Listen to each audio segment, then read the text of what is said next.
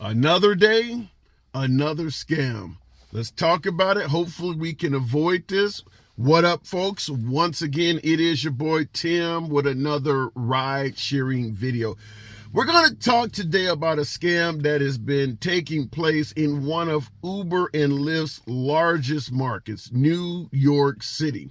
Now, this is based on a number of articles. One is titled, "Trio of Crooks Have Stolen More Than $10,000 from Uber and Lyft drivers by swiping their cell phone." So, my late mom used to always say, find a fool, bump his head, or something to the nature of a fool and his money shall soon part. Essentially meaning naive folks. If you are naive on a job, naive in life, there is only a matter of time before you get got. So the whole purpose of this in regards to this scam is dealing and taking advantage of naive folks. If you avoid naivety, you could easily avoid this, but I want to give you the inner workings of how this goes. Now, according to authorities, this is a trio of criminals. They've taken around $10,000 from several Uber drivers. I think about 24 robberies in the New York City area between July of last year and the earlier part of this year. This is how it works. You get a passenger in your vehicle and they advise you that they would like to change the destination of their trip. Now, anybody who watches my program, I'm not a big fan of stops or destination changes, period. I don't care how honest it is to begin with.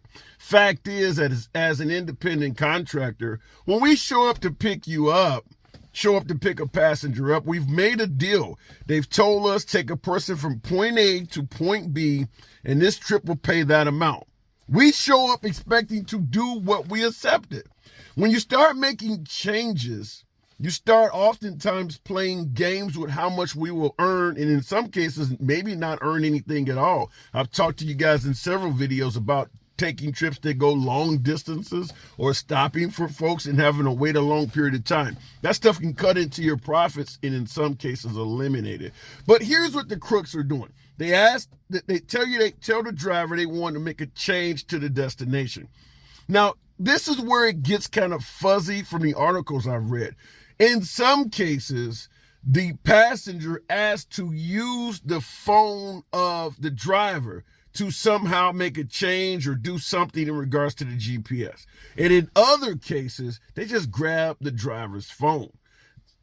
What they do after that is they go into your profile, whether Uber or Lyft, and they literally transfer the money you have earned from your account to some other account that they have. And that is how they're robbing the drivers. Now, if you're listening to the way I'm explaining this and you are a veteran driver, this should sound like straight up bullshit. This should sound like something that is easy to avoid. You should hear a host of red flags.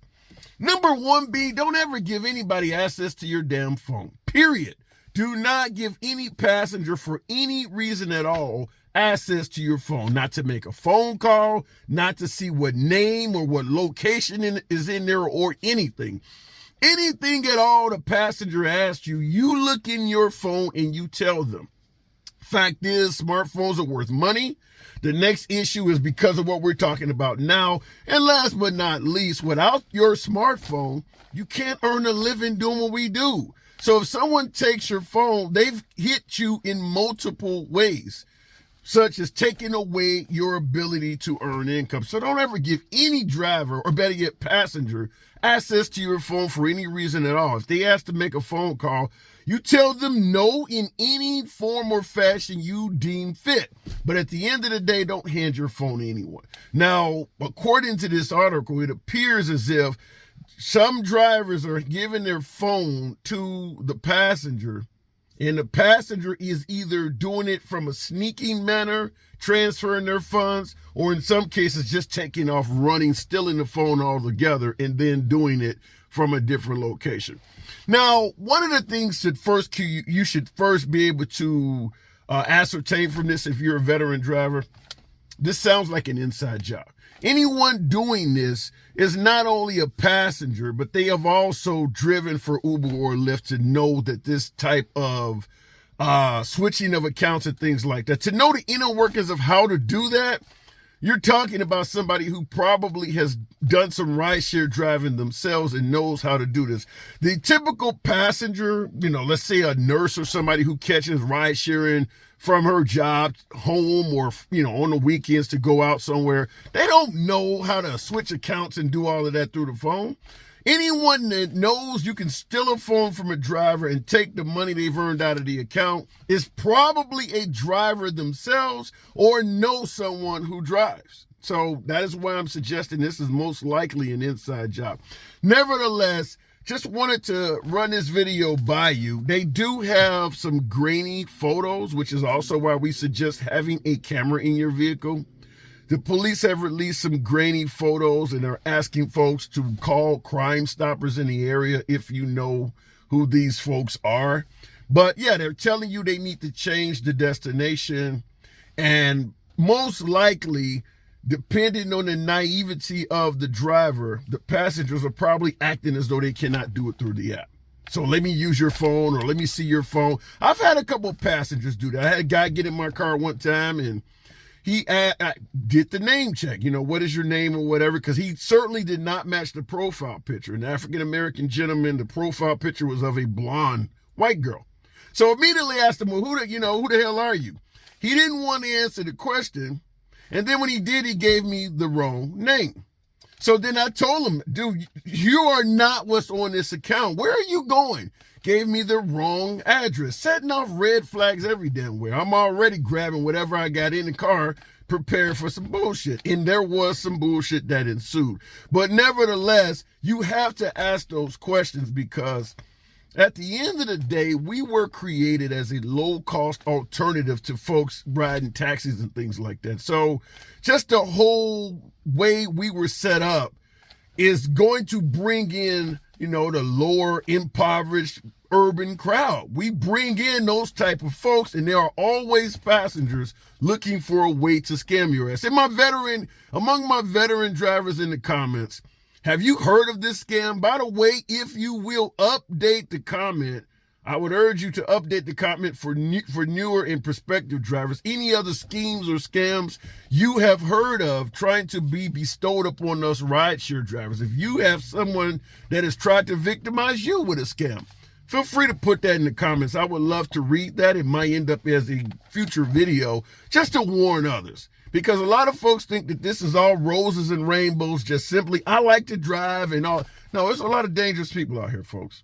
There are a lot of passengers out here that do not mean us any good. So if you're going to do this, particularly in some of the larger urban areas, you need to be aware that stuff like this happens. In this case, just to wrap the video up, they're either asking, peacefully, could I use your phone and update? Or in some cases, grabbing the phone and taking off running and then switching over the money that's in your account.